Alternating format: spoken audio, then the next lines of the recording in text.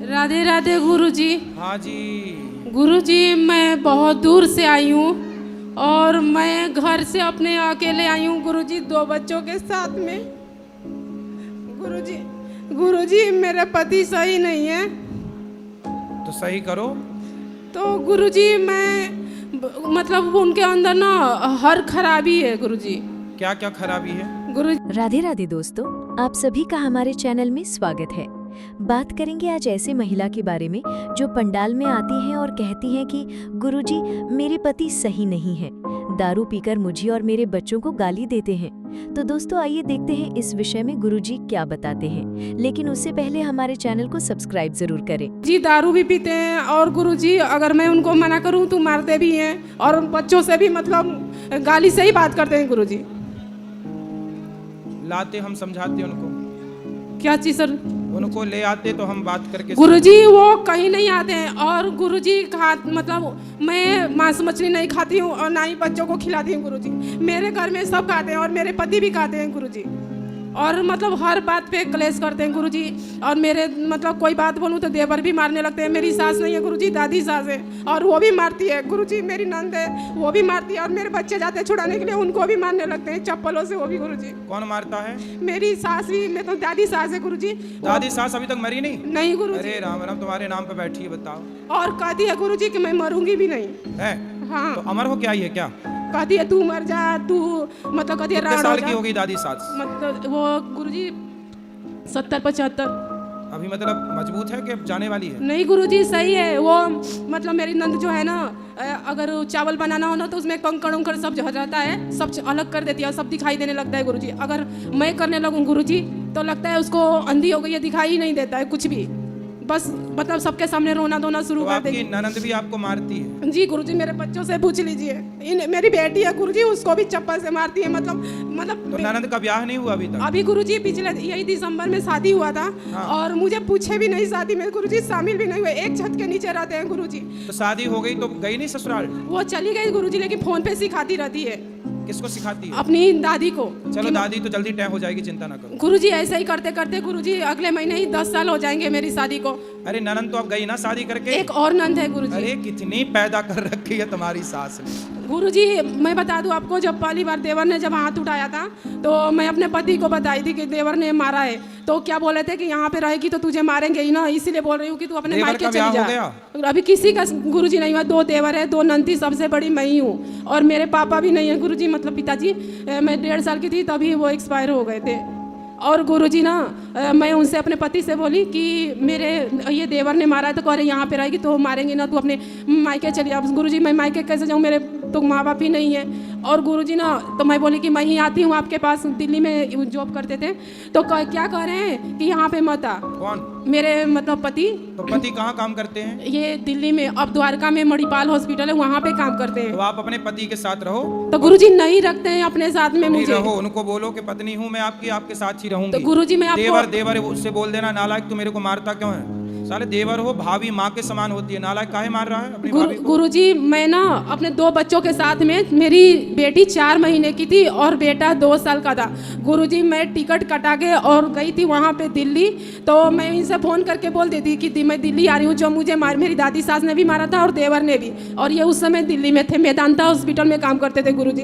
तो उनको पता था कि गुरुजी मैं 2 बच्चों के साथ भी आ रही हूँ, और मुझे गुरुजी लेने नहीं आई, स्टेशन पे छोड़ दिया गुरुजी। मैं 5 दिन तक गुरुजी बंगला साहब में रही हूँ, जो गुरुद्वारा है। तो स्टेशन पे गुरुजी ना 2 साधु बैठे थे, तो मैं पहली बार गुरुजी मतलब स्टेशन पे दिल्ली आई थी, मुझे पता नहीं था कुछ भी। तो वो साधु मुझसे बोले कि बेटी कहाँ जाना है, कब से यहाँ पे बैठी हूँ? मैं गुरुजी 12-1 बजे ही वहाँ पे उतर गई थी। तो मैं बोली गुरुजी मुझे कहीं जाना नहीं है बाबा, मैं तो उतर गई। तो बोले कहाँ जाना है? मैंने उनको गुरुजी सारी बातें बता दिया। तो फिर कह रहे तुम्हें तो कंप्लेन करना चाहिए कि पति ऐसे ऐसे कर। मैं डरती थी गुरुजी, उस समय मेरी भी शादी जल्दी हो गई थी कि मतलब ना मेरे 2 भाई हैं गुरुजी, शादी कर दी है, उनका काम खत्म। कभी गुरुजी मेरे ससुराल भी नहीं गए झांकने की, मतलब बहन के साथ क्या हो रहा है क्या नहीं हो रहा है। तो अब ऐसा है कि देखो आप अपने गुरुजी मैं 6 साल तक ना गुरुजी अकेले रही हूँ, अब मतलब खुद काम करती थी, 2 बच्चों को पाली हूँ। पति से मेरी बात कराना भी, मैं पति को समझाऊंगा, बुलाएंगे यहाँ, समझाएंगे और आप दोनों खुश रहो। बाकी गुरुजी अभी भी गुरुजी मैं 1 साल हो गया अभी 6 साल पे आई हूँ, लेकिन गुरुजी अभी भी वैसे ही करते कह रहे थे कि तुझे रखूंगा ही नहीं। कौन? मेरे पति। नहीं और रखूंगा तो साथ में रहना, उसकी छाती पे चढ़ना, काहे नहीं रखेगा? कोई भाग के और आई, मेरी शादी एक करके बुआ आई। सास है गुरुजी, वो ना कहती है ना कि वो उसको रखने लायक नहीं है, मुझे कहती है वहाँ से 6 साल आई है, गलत काम करती होगी। गुरुजी मैं आपसे कह रही हूँ गुरुजी, मैंने आज तक गुरुजी अपना चरित्र खराब नहीं किया, भले ही 6 साल रही हूँ गुरुजी, बेशक है। मेरे 2 साल 2 बच्चे। कोई बात नहीं, ऐसा कौन बोल रहा था? गुरुजी मेरी बुआ सास है ना, उसकी एक बेटी है, उसने मतलब मेरी शादी अभी 3 ही 4 दिन हुआ था, तभी बोली थी कि तेरी बीवी तेरे लायक नहीं है। और वही गुरुजी हमेशा ही अभी मुझे ताना बोलने दो, मारते हैं। किसी को कुछ बोलना है बोलने दो, आप बस खुश रहो, पति के साथ रहो, पति से बात कराना, हम समझाएंगे उसको। गुरुजी वो सुनते ही नहीं, कहते हैं तू ही सुन, पूजा भी नहीं करते हैं। पूजा ना करें कोई बात नहीं, कम से कम प्रेम से तो रहें बच्चों के साथ। गुरुजी बच्चों से के भी मेरी बेटी को भी गाली देते हैं, मैं बोलती बेटी है कम से कम उससे तो अच्छे से बोलो, उससे भी नहीं बोलते हैं गुरुजी, बच्चों से पूछिए बात तक नहीं करते कितने हैं। बच्चे हैं आपके? ये रहे गुरुजी, ये है और ये एक बेटी है, ये रही, ये है। आप बच्चों को अच्छे पढ़ाओ लिखाओ, गुरुजी- आप भी मेहनत करो, आप अपना काम करो, काम करके बच्चों गुरुजी को मुझसे पढ़ाओ लिखाओ। मैं काम करती हूँ तो मुझे काम भी नहीं करने देते हैं। काम करो बिल्कुल काम गुरुजी करने की मुझे जरूरत बस आपसे एक ही आखिरी बात पूछनी है गुरुजी, अगर मतलब घर में सब ऐसे, मेरी ये दादी सास है गुरुजी, कभी भी पूजा पाठ नहीं करती है गुरुजी, मांस मछली तो उसका रोज का है, मतलब हफ्ते में 2-3 दिन हमेशा बनता रहे, कभी कभी तो रोज ही बनता है गुरुजी। कुछ क्या दादी सास का? हाँ वो उसको तो मतलब मछली उसका ज्यादा पसंद है गुरुजी, रोज मिले तो रोज खाए। मछली खाती है दादी? जी गुरुजी, ये जो सावन नवरात्रि है ना गुरुजी, जो हिंदुओं में खाता भी है वो भी नहीं खाता है, लेकिन वो लोग उसमें भी खाते हैं। दादी मछली खा खा के अभी जिंदा है? हाँ अभी गुरुजी 3-4 दिन हुआ, मेरा बेटा देखा मछली था, जिंदा मछली थी छोटी छोटी, उसका आंख फोड़ के उसमें से खून चूसती थी।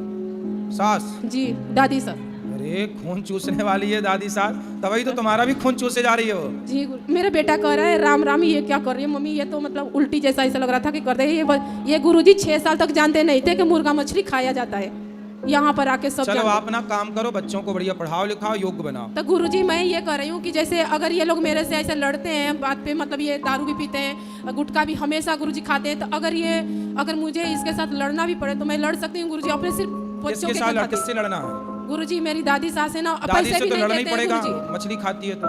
जी गुरुजी, तो ये मेरे पति कहते हैं ना कि तू उनसे लड़ाई मत कर, मुंह बंद करके रहो, तब बताइए गुरुजी वो गलत काम सेवा सिखाइए। करो, देखो बड़े बुजुर्ग हैं, सेवा करो, दादी सेवा करवाए, सेवा के योग्य है तो सेवा करो। बिल्कुल गुरुजी, लेकिन सेवा तो उसमें गुरुजी सही भी तो करना चाहिए ना, कि अब मांस मछली खाए, अब ये बच्चों को मैं सिखाती हूँ अच्छा बात, तो उनके साथ रहेंगे तो गुरुजी वो भी खाएंगे, तो अलग रहो, फिर अलग रहो। तो बिल्कुल वही सर जी गुरुजी, वो गलत नहीं है ना अलग रहना और अपने हक के लिए लड़ना गुरुजी, क्योंकि मेरे 2 बच्चे हैं। बिल्कुल आपकी दादी की सेवा करने, आपका देवर है ऑलरेडी, जी गुरुजी। तो देवर करेगा सेवा, आप लोग अपना बच्चों को पढ़ाओ लिखाओ, योग्य जी बनाओ। गुरुजी, राधे राधे गुरुजी, मेरे बच्चों का आशीर्वाद दे दीजिए थोड़ा सा, ये बहुत खुश लड़ते रहिए, हैं खुश आपस में। अब आप सभी लोग श्रीमन नारायण गुरु जी। गुरु जी मैं तो फर्स्ट टाइम आई थी, ये 7 दिन की यात्रा में आज तक कभी की नहीं थी, तो स्टार्टिंग में आपसे बात की थी तब तो इतना हेजिटेशन हो रही थी, लेकिन यहाँ पे रहते रहते ये तो फील आया ही नहीं कि आप गुरु हैं, ऐसे लग रहा था बड़े भैया की तरह, कहीं भी चले जाओ किसी से कुछ भी बात कर लो और कोई भी हेल्प चाहिए तो बहुत ही ज़्यादा बढ़िया है। अब घर पे सब फोटोज़ देख रहे हैं, उनको पता चल रहा है कि यहाँ पे सब खाना मिल रहा है और ऐसे ऐसे व्यवस्था है, तो सबको बहुत अच्छा लग रहा है जी, बहुत ही बढ़िया। खुश रहिए जी। जय श्रीमन नारायण गुरु जी। हाँ। जब हम यहाँ आ रहे थे तब हमें नहीं पता था कि व्रत 84 को यात्रा हो रही है, 4 दिन पहले ही हमें पता लगा और हमने हमारे पति परमेश्वर से पूछा तो उन्होंने बोला कि ठीक है जाओ। फिर मैंने मेरी गुड़िया का सोचा कि इसको नहीं ले जाऊँ, तो इसने ऐसी बात कही कि मुझे इस 84 के चक्कर से मुक्त होना है, मम्मी मुझे भी ले चलो, इसलिए मैं इसको लेके आई हूँ। धन्यवाद, और बहुत बहुत बहुत आनंद हुआ गुरु जी, धन्यवाद। इनका नाम लिखाओ भैया, बजाओ।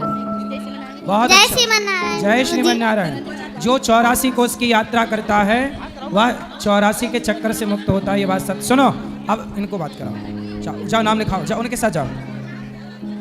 जय श्रीमन नारायण गुरु। हैं? अच्छा आज जन्मदिन है मैया, ओ मैया पीली, बात कर रहे हैं आज जन्मदिन है आपका, हैप्पी बर्थडे टू यू है, बहुत बहुत शुभकामनाएं आपको, बहुत बहुत। जय श्रीमन नारायण गुरुदेव जी आपके चरणों में कोटि कोटि बात करनी है, हो गई आपकी, बोलो।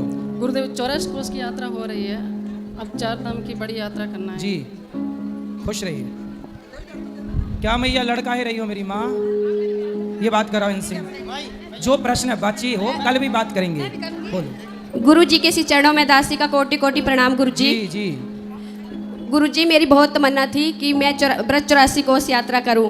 एक बार हमारी गली में कथा हो रही थी तो वहाँ पे वो बता रहे थे कि मतलब ज़िंदगी में एक बार व्रत 84 कोस यात्रा करनी चाहिए। जब मैंने टीवी पे सुना कि आप यात्रा करवा रहे हैं तो अभी मैंने बोला भी नहीं था, तो मेरे पतिदेव वहीं बैठे थे। उन्होंने बोला कि आप जाओ, आप व्रत 84 कोस यात्रा करके आओ, गुरुजी करवा रहे हैं। गुरुजी अभी हम दिसंबर में आए थे तो आपने पूछा कि आप कब आओगे, तो मेरी बहन ने बोला कि हम 1 साल के बाद आएंगे। मैंने बोला अगर गुरु कृपा हुई तो हम बहुत जल्दी आ जाएंगे। गुरुजी आपकी कृपा हो गई हमारे ऊपर और हम जल्दी आ गए। और गुरुजी एक बार आप मेरे सपने में आए, मेरे घर आए गुरुजी, आप पूरे घर में घूमे और मुझे आशीर्वाद दिया। मैं आपको देख के बहुत रोई गुरुजी, आपके पैरों में पड़ी। पहले आप मेरे पड़ोसी के घर गए, मुझे पता चला कि मेरे गुरुजी आए। मैंने बोला गुरुजी आप वहाँ मत जाओ, मेरे घर आओ। फिर आप वहाँ से मेरे घर आ गए गुरुजी। मैं बहुत धन्य हो गई, आप मेरे घर में आ चुके हैं गुरुजी। आपके इसी चरणों में दासी का कोटि कोटि प्रणाम गुरुजी। खुश रहिए, खुश रहिए। सबको जो रह जाए कल भी है अपन। गुरुजी नमस्कार जी। कुसुमा दासी का आप नमस्कार प्रणाम स्वीकार करना। जी गुरुजी आपकी कथा इसका पता चला 84 कोस यात्रा का, तो मेरा आना संभव नहीं था। तो जब मेरे बहन ने बताया कि ऐसे ऐसे यात्रा दीदी जरूर चल, मैं बोली बहुत प्रॉब्लम है, कैसे जाऊं। मेरे बेटे से बात की, मेरे बेटे ने बोला मम्मी आप जरूर जाओ। तो मेरा बेटा और पोता बहुत खुश है, सारा फैमिली बहुत खुश हुआ। उनका भी आशीर्वाद देना और मेरी तरफ से आपको बहुत बहुत धन्यवाद। फिर इनको बात गुरुजी करा। प्रणाम जी। मेरा निवेदन है आपने ये यात्रा जो कराई है ये बार बार होती रहे। बिल्कुल। साल में 2 बार तो कम से कम हो। 2 बार होगी। उसके बाद जो मेरा एक दूसरा निवेदन है कि आपके सरस्वती साक्षात विराजमान है, तो आपके 18,000 श्लोक का एक सीरियल बन जाए। काय का? 18,000 श्लोक भागवत का अच्छा एक सीरियल बनाओ जिससे लोग भी और लाभान्वित हो। ठीक है, ठीक है। धन्यवाद। राधे राधे। राधे राधे गुरुजी। जी। गुरुजी मेरा बस एक सवाल है कि मुझे हर छोटी छोटी बातों पे बहुत ज़्यादा गुस्सा आता है और जिस कारण मैं बहुत ज़्यादा गलतियाँ कर बैठता हूँ और फिर बाद में मुझे बहुत पछतावा होता है। गुस्सा आता है तो आप ऐसा किया करो कि अपने गुस्से को अपने विवेक के बल पर, गाड़ी आप चलाएंगे तो ब्रेक कौन दबाएगा? मैं खुद दबाऊँ। हाँ, तो गुस्सा आपका है तो कंट्रोल कौन करेगा? मैं खुद ही करूँगा। कैसे करोगे? चुप रह के। जब क्रोध आए तो एक उंगली उठाओ, एक उंगली उठाओ और यहाँ रखो। क्रोध आए तो चुप रहो। जो क्रोध में चुप रहना सीख गया, क्रोध उसका कुछ नहीं बिगाड़ सकता। थोड़ा क्रोध पर कंट्रोल करना पड़ता है, करने से सब होता है। प्रैक्टिस करो, अभ्यास यानी तो कौन दे, सब होता है। और गुरुजी एक सवाल और है, मेरी छोटी बहन है, इसको मोबाइल में बहुत ज़्यादा इंटरेस्ट है। बात कराओ। राधे राधे गुरुजी। जी। क्या देखते हैं बेटा मोबाइल पे? माइक लो पास में। क्या देखना पसंद है आपको मोबाइल? मैं तो कार्टून देखती हूँ। कार्टून और शॉर्ट्स। तो कार्टून शॉर्ट्स क्या हो, किसके शॉर्ट्स देखती हो? जो भी आता है मैं वो देख लेती हूँ। जो भी आ गया, खिचड़ी सब आ गई, सब देख लिया। मतलब कोई गोल नहीं है कि देखना क्या है? नहीं, पढ़ाई करती हूँ ना तो थोड़ा सा देख लेती हूँ कभी कभी। मत देखा करो बेटा। आप जरा सी देर के लिए मोबाइल लेती हैं पर घंटे कब बीत जाते हैं पता नहीं चलता। आज के ज़माने में सबसे बड़ी बीमारी हो गई है मोबाइल। आपको बेटा इस बीमारी से बचना है और पढ़ लिख के योग्य बनना है। ऐसे तो मोबाइल पर लगी रहोगी। 12-12 बजे रात तक मोबाइल चलाती है। फिर ये तो आदत बड़ी गलत है बेटा। हर व्यक्ति को अपने देखो इस आदत को रोकना चाहिए, वरना आप बहुत बहुत नुकसान पाएंगे। चलो अब नहीं चलाना, मतलब की चीज़ देखो। मोबाइल में कथा सुना करो, कुछ गाने सुन लिया करो, लता जी के, रफ़ी जी के, है ना, कुछ बढ़िया चीज़ देख लो। चलो वहाँ ले जाओ, वो भैया चंदन लगाए बैठे, बैठो सब, बैठे रहो, खड़े हो जाओ, सब बैठो। आइए, आएंगे आशा रख पगले। बोलो राजा रामचंद्र की। हाँ जी। गुरुजी आपके चरणों में कोटि कोटि प्रणाम जी। मैं छत्तीसगढ़ राजनांदगांव से हूँ, मोहित यादव नाम है मेरा। एक ही प्रश्न है, मैं अभी शहर में रहता हूँ, गांव में मेरा गृहग्राम है, मेरा माता पिता भाई मतलब कोई नहीं ब्लड रिलेशन। मैं हूँ, मेरे 3 पुत्री हैं, पति पत्नी बस हो गए। मेरा कुल देवी देवता गृहग्राम में है, उसको मैं शहर में शिफ्ट करना चाहता हूँ। सही है, कर लो। तो विधि विधान उसके लिए जाके प्रणाम करना, प्रार्थना करना कि प्रभु अब आप वहाँ चलिए, दास का निवास वहाँ, वहीं विराजिए, ऐसी प्रार्थना करके ले आना। सभी भाइयों थोड़ी से वहाँ की माटी, थोड़ी वहाँ की रज लेके आना। मैं सभी भाइयों से बोलना चाहता हूँ कि कथा में इतना शक्ति है कि पूछो मत। कोई जो धन दौलत वो नहीं दे सकता, वो कथा दे सकता है। मैं 1/1/2022 से जुड़ा हूँ। आज पहले किराए के मकान में रहता था, आज 2 मकान है और 2 किराएदार है मेरा, केवल कथा के माध्यम से। कथा सुनने से समृद्धि तो आती है, बात सही कह रहे हैं। और बेटी के बारे में, मेरे 3 बेटियां हैं, तीनों सीजर है, लेकिन बेटियां जब से ही मेरा दिन दुगनी रात चौगनी हो गए। भगवान बांके बिहारी का आशीर्वाद है, गौरी गोपाल भगवान से। बेटियां लक्ष्मी है। और आपका आशीर्वाद मेरे और मेरे पूरों पर एक बार राधे राधे बोलो। सबको राधे राधे, खुश रहो। चलो भैया को तो पीछे वाले भैया को, फिर यहाँ ले आना माइक। गुरुजी सीताराम। जी सीताराम। मैं राजस्थान जिले से हूँ और मेरा ये सवाल है कि हनुमान जी को प्रसन्न करने का सबसे अच्छा तरीका कौन सा है? हनुमान जी को प्रसन्न करना है तो सुंदरकांड का पाठ करो। सुंदरकांड का? हनुमान चालीसा सुंदरकांड का पाठ करो बस। और मेरा दूसरा सवाल ये है कि अब मतलब अपन ने किसी भी महाराज जी को गुरु बना लिया हो, लेकिन उनका जो आचरण हो, मतलब देख रेख का वो सही नहीं होता, उसका क्या समाधान किया जाए? तो ऐसे व्यक्ति का त्याग कर देना चाहिए।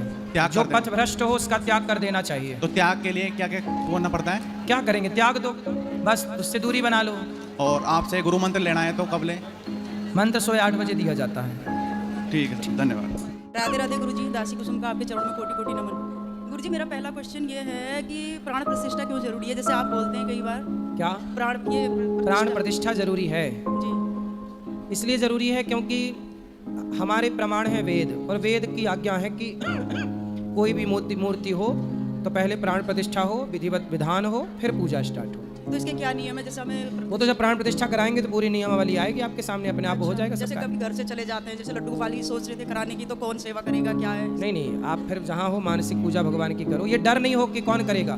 जब होगा तो भगवान अपनी व्यवस्था खुद करते रहते हैं। जी जी। अच्छा गुरुजी, मैं सुबह 4 बजे उठती हूँ ना, तो मैंने दीक्षा ली आपसे, मैं जाती हूँ भोले बाबा के मंदिर जल चढ़ाने, घर के पास ही सही है, सही है। सुबह मैं लड्डू गोपाल जी को उठाती नहीं हूँ बहुत जल्दी, कोई तो बात ये सही है? सही है, सब सही। अच्छा, और एक प्लीज तो इसमें अखंड ज्योति में जो है कहते हैं स्वर्ण प्रतिमा डालनी चाहिए, क्यों जरूरी है? अखंड ज्योत जलाते हैं नवरात्रि में, जो स्वर्ण प्रतिमा उसमें पड़ती है, डालने वाले डालते होंगे पर जरूरी नहीं है। दीपक जल रहा है बस, माँ भगवती का पूजन। राधे राधे गुरुजी।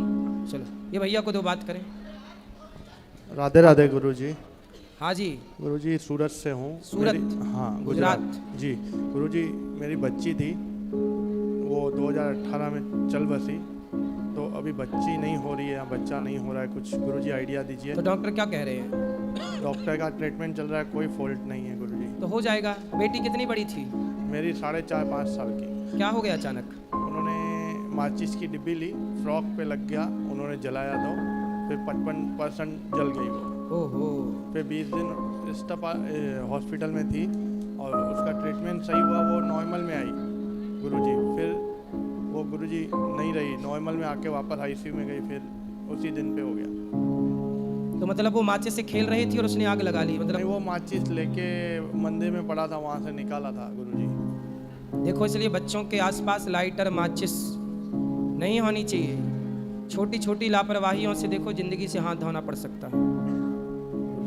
चलिए, अब भगवान देंगे आपको। कितने साल हो गए इस बात को? इसको 2018 का अप्रैल का महीना था। चलिए, भगवान अब देंगे आपको, संतान होगी, सब अच्छा होगा। बैठी हुई है, भगवान सब ठीक आशीर्वाद दीजिएगा। होगा। हाँ जी, माइक पास में लो। सर, क्या मनुष्य अपने संपूर्ण कर्मों को और कर्मफलों को भगवान को अर्पण कर सकता है? हाँ, कर सकता। नहीं, कर्मफल और कर्मफलों को जितने भी सर्वधर्मान परित्यज्य माम एकम शरणम व्रज, तू जो भी कर्म कर सब मुझे सौंप दे। ठीक है जी। त्वदीयं वस्तु गोविंद तुभ्यमेव समर्पये। तो सर, वो क्या भगवान उसके कर्म और कर्मफल को ग्रहण कर लेते हैं? भगवान उसके कर्म फल को लेकर के पाप को तो नष्ट कर देते हैं। ठीक है जी। और पुण्य को लेकर उसके परिवार में पहुंचा देते हैं और उसको, उस भक्त को स्वीकार कर लेते हैं। ठीक है सर जी, एक क्वेश्चन और है। क्या सर होनी और क्या नाम विधि के विधान में क्या फर्क है सर? होनी और विधि का विधान क्या है? होनी को ही विधि का विधान कहते हैं। ठीक है सर। विधि मतलब ईश्वर। ठीक है जी। होनी मतलब समय। ठीक है। ईश्वर के अनुसार ही समय चलता है। तो सर, इसका कंट्रोलर कौन है? ईश्वर।